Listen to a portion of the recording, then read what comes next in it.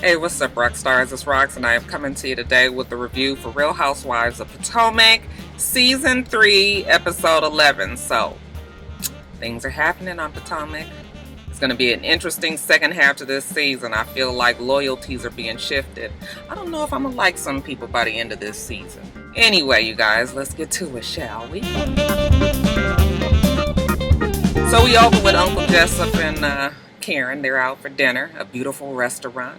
Karen says, "Uncle Jessup, I am going to let you order for me today." "Oh, you are you?" So he asks, "What's good on the menu?" And the waiter says, "Well, actually today the tartare is magnifique." "Tartare? How much you guys charge just for tartar sauce? Who pays all this money for tartar sauce?" "No, Uncle Jessup, not tartar, tartare." I'm kidding. Karen says she's been working overtime because on top of her trying to get her perfume off of the ground, she also has to concentrate on her O'Huger charity fund for Alzheimer's disease. Okay, they're trying to help find a cure for the disease. You guys know that her mother suffers from Alzheimer's. All jokes aside, Alzheimer's is a terrible disease to have to contend with. My grandmother had Alzheimer's, my dad's mom, and I can just remember when the last time that she watched me, I probably was around 6 years old, but I can remember this like it was yesterday. She forgot who I was, and she locked me out of the house and told me that I needed to go home, you know, with the other little neighborhood kids that would come to that would come over and play with me. And of course, I'm young, I'm not understanding what's going on. So I just kind of stayed outside with the kids for most of the day until my mom came and picked me up. But I did tell my mom that Grandma didn't remember who I was. She told me I needed to go home. And from then on, I didn't go over my grandmother's house. And then it was just like downhill from there. You guys know that Alzheimer's have wandering in them. And I can remember my grandmother missing. She just walked out of her house and was missing for like a week. And my dad being frantic, and every morning we would get up before I would go to school, and my mom would be driving around the neighborhoods, and they were just looking for her all over. They ended up finding her, but she had been basically out on the street by herself for a week with no food, no clothes, not knowing who she was, where she was. I mean, it's just a terrible thing to have to deal with, and I just pray I wouldn't have to deal with anything like that again. But you know, I have friends and family, other people that have dealt with Alzheimer's. It is a horrible thing to watch somebody go through. So anyway, my heart goes out to Karen. I wouldn't wish something like that on anybody. Now we see Giselle, and she's shopping for a gift with Ashley. They're trying to find something for Robin. You know, Giselle says she's very proud of Robin and all that she has accomplished since, you know, the mishap with Juan and their money and all of that. So this whole women's empowerment event that she has coming up, you know, Giselle is like rah, rah, rah for Robin. Ashley tells her that she was with Monique the other day, and Monique was trying to get her to come to her event. You know, Giselle, oh, she's trying to keep people from coming to Robin's event. I was like, no, not exactly, Ashley. Okay, she just asked you if you were coming. She didn't try to persuade you to go either way, even though we knew Monique wanted her to come to her thing, but she didn't try to. I was just like, okay, whatever. But they can't understand why Karen would turn her back on Robin. I feel like nobody should really feel all that comfortable in where loyalties lie at this point. So many people have turned on so many people that you never really know who likes who now. Anyway, Giselle tells Ashley that she and Sherman are done, and you know, Ashley all fake concerned. Oh my God, what happened? Giselle is still in her feelings, so she's not. I think that her defenses are low. I'm like, girl, you telling her all your business. Remember, this is still Ashley, the one that you just was in it for the last 2 seasons. But she tells her that, you know, she's just upset that Sherman is not willing to put in the work that is necessary to keep this relationship off the ground. And Ashley is just like, oh, you know, it's gonna be okay. But then of course she tells us that because she feels for Giselle, she's not gonna tell her about the BJ in the park incident. I said, aren't you so sweet, Ashley? Said she don't want to kick her while she's down. Bitch, please. Then we see Monique, you know, she's at the house with Chris and the kids, and her friend Kendall comes over, okay? Dun, dun, dun. Kendall is changing the whole tone of this show, if you ask me. The shade, the messiness, oh, how thick it is. I said, ooh, Monique, Girl, you sure you want to step off into this field? You are putting a target on your back by going this messy. I hope you understand what you were doing. I guess it takes a few seasons for everybody to get in their place and figure out how they want to be presented. I just never thought that Monique would want to be this messy. I just hope she's ready though, because they are fixing to come after her. And we'll talk a little bit later why I feel like Monique's situation is a little bit different. But in the meantime, let me stick to what's happening.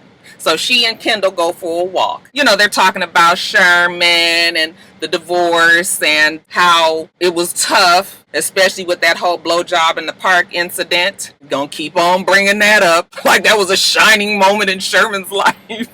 Kendall even says that, you know, she felt like Giselle was shady in the fact that she was trying to date Sherman. I mean, she had known Giselle 4 years before, you know, Giselle and Sherman even got together, okay? When Kendall and Sherman were firmly still in a marriage. So she's had a side eye for Giselle since then. Monique keeps on trying to convince us that she's not trying to be messy. She just likes Kendall. You know, she met her through Charisse, and she's her new friend in Potomac. I said, girl.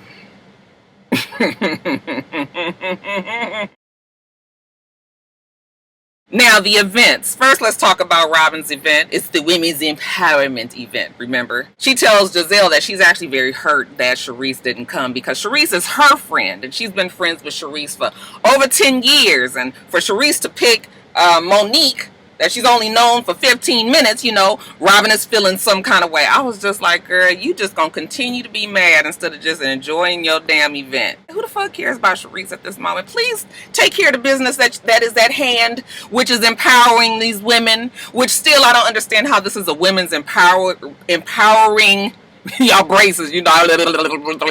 How is this women's empowerment? Now, I'm all for getting education out there to the women, and I feel like this is more of like financial education. Be smarter with your money. You don't have to lose everything like I did. Doesn't mean that you aren't still powerful, that you aren't empowered. It just means that you made some dumb financial decisions. So, I'm already just kind of looking at this whole event like, girl, you trying to wrap this around making women feel better about themselves, but really it's just get you some accountants, some financial planners and advisors there and talk to women, because we can still use that service about how to handle our money, and especially in investments, and, you know, giving it to people and trusting it with people that really know what they are doing. But you know what? Listen, that's just me.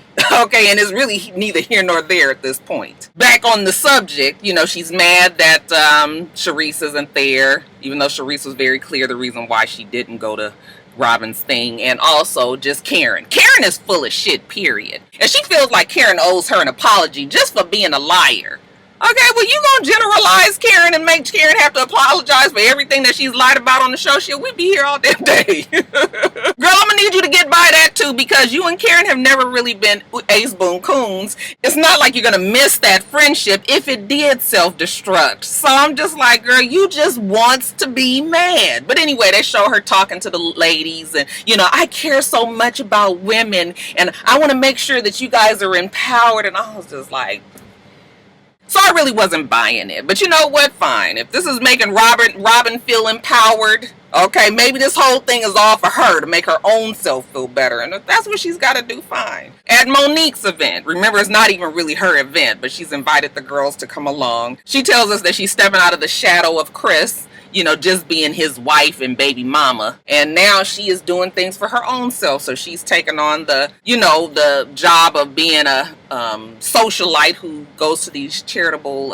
foundation dinners and whatnots and donates money and supports on the boards and things like that. I think she wants to be kind of like a who's who in the society out there in Potomac. So we know Kendall is there. When Charisse shows up, you know, Charisse is just like, girl, I wouldn't even have came if I'd have known it was black tie. Okay, nobody feel like fucking with these ball guys. I said, now this is the first sign that Charisse is about to jump ship, Monique. So I want you to be clear on that. Not only is she saying that, but you know, Charisse, when she realizes that Kendall is there, you know, she's kind of looking like, okay, Charisse is smart enough to be on the show for these 3 seasons to know that she don't need to say nothing right now.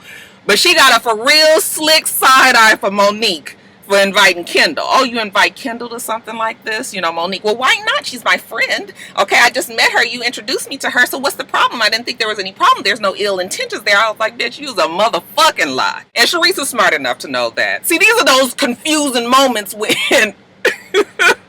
I find myself on Sharice's side. It's so unbalancing and uncomfortable. But Sharice was pissed. And you can see it, okay? But she was like, I'm going to stay quiet. I'm going to be quiet. Because she definitely was in the minority. And she didn't want to be causing no friction and no ruckus at this charity event. Okay? It looked like there actually was some real who's who in the room. But what I told you guys last week is now really making itself, you know, evident in the fact that I think they blindsided not only Giselle, but I think they also blindsided Sharice. I don't think Sharice knew. Now, she might have introduced Kendall to Monique months ago. She wasn't thinking about Kendall. Kendall wasn't in her purview. But Monique remembered the connection of Kendall being to the ex-wife of Sherman, and the fact that Sherman and Giselle are a couple. Monique figured she could do something with that. All right. And now it's looking like Sharice was the one that hooked it all up, and I bet you Sharice didn't know, and that's why she was mad, because now it's looking like Sharice was being messy by hooking those two up.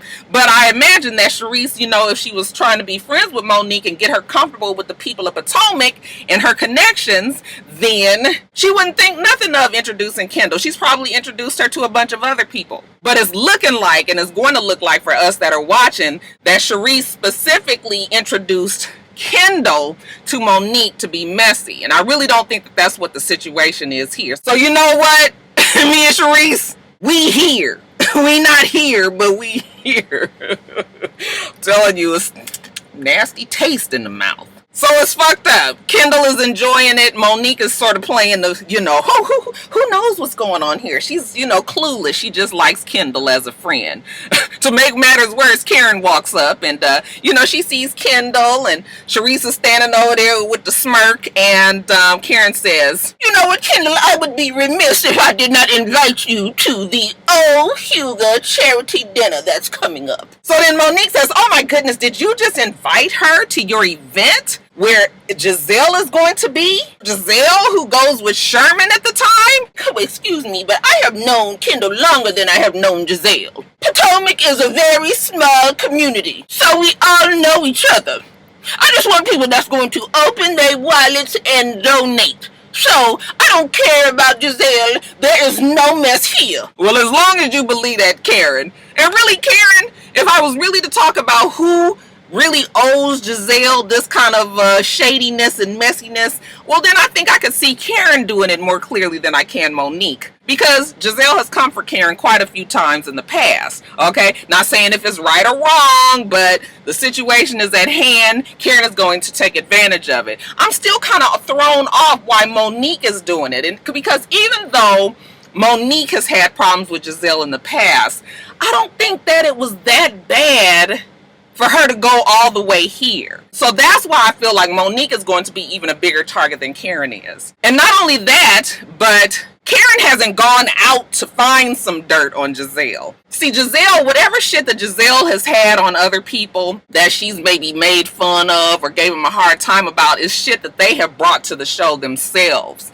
Okay? But for Monique to go outside of the show and bring somebody in with this mess, it's like she went and got the shit and brought it, as opposed to it already being here. And you know what? I'm just gonna make the shit worse. Okay? And that's what Karen is doing. So Karen is taking what Monique has brought, which is Kendall, and, you know, now she gonna play with that. But, you know, I don't know if Karen, we can blame it on Karen that Kendall is there to begin with. So you guys understand what the difference is and why I feel like Monique is gonna really get it. And I feel like there's gonna be a lot of people that probably don't like Monique as much. I've liked Monique up until now. Now I'm kind of giving her the I don't know what, because I don't like this kind of mess. But you know, shit, all is fair on these reality shows. And this is when it starts to really kind of get gutter. I'm just trying to explain to you guys why I feel like Monique is worse than Karen when it comes to something like this. I don't feel like she has a truly valid reason to be this way towards Giselle. Y'all agree with me or not? Anyway, they're all sitting at this table, and I guess because Karen has asked them to donate to this Icon Enterprises,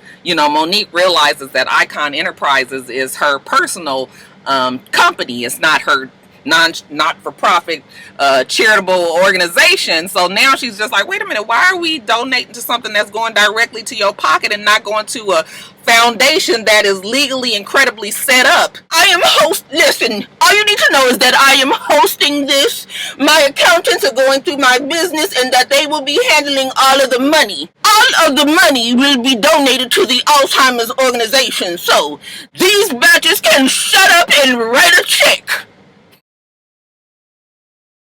We also see Robin. Robin is rehabbing now, okay? She's with some gentleman. I don't remember who he was. I was like, look at her, regular old Chip and Joanna Gaines.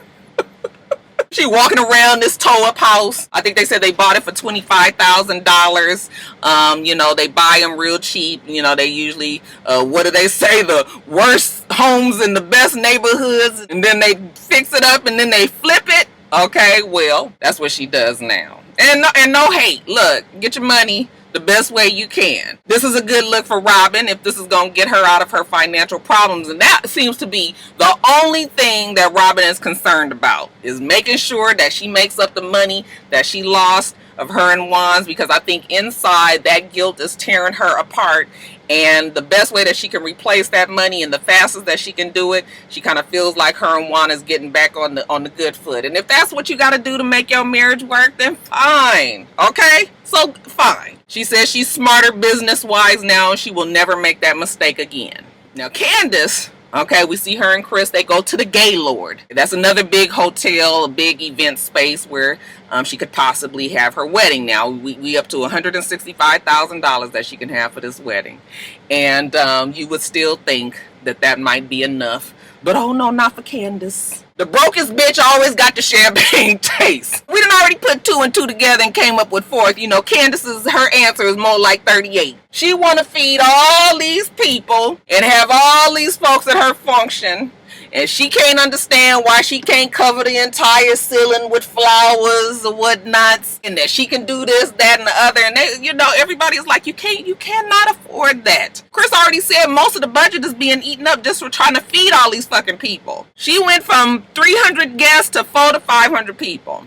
Candace explains to us that because she hasn't had a model representation of what a happy marriage is, she feels like she's got to start her marriage off with a bang, and it's got to be this huge wedding, and that way I guess it will prove to her inside that she's not like how her mother and her biological father were, and that this marriage is right and ready. But what I want Candace to understand is I done been to some huge, beautiful weddings. I'm talking about money spent.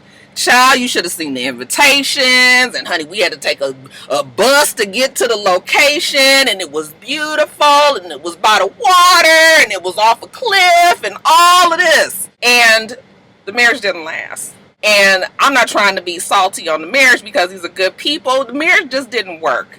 And you have to understand that I love a big wedding too, trust me. But the wedding is not the most important part. It's very fun, okay, and it's cool to be able to celebrate with your friends and family, and that's all good. But I don't want her to lose sight of what's happening here. It's 2 people that's trying to get together, start a legacy, whatever it might be, and go on about your business. It is not worth spending thousands and thousands and thousands and thousands and thousands of dollars if that's what you think is going to make your marriage work. Because I done told you guys 100 times, if not more than that marriage is work.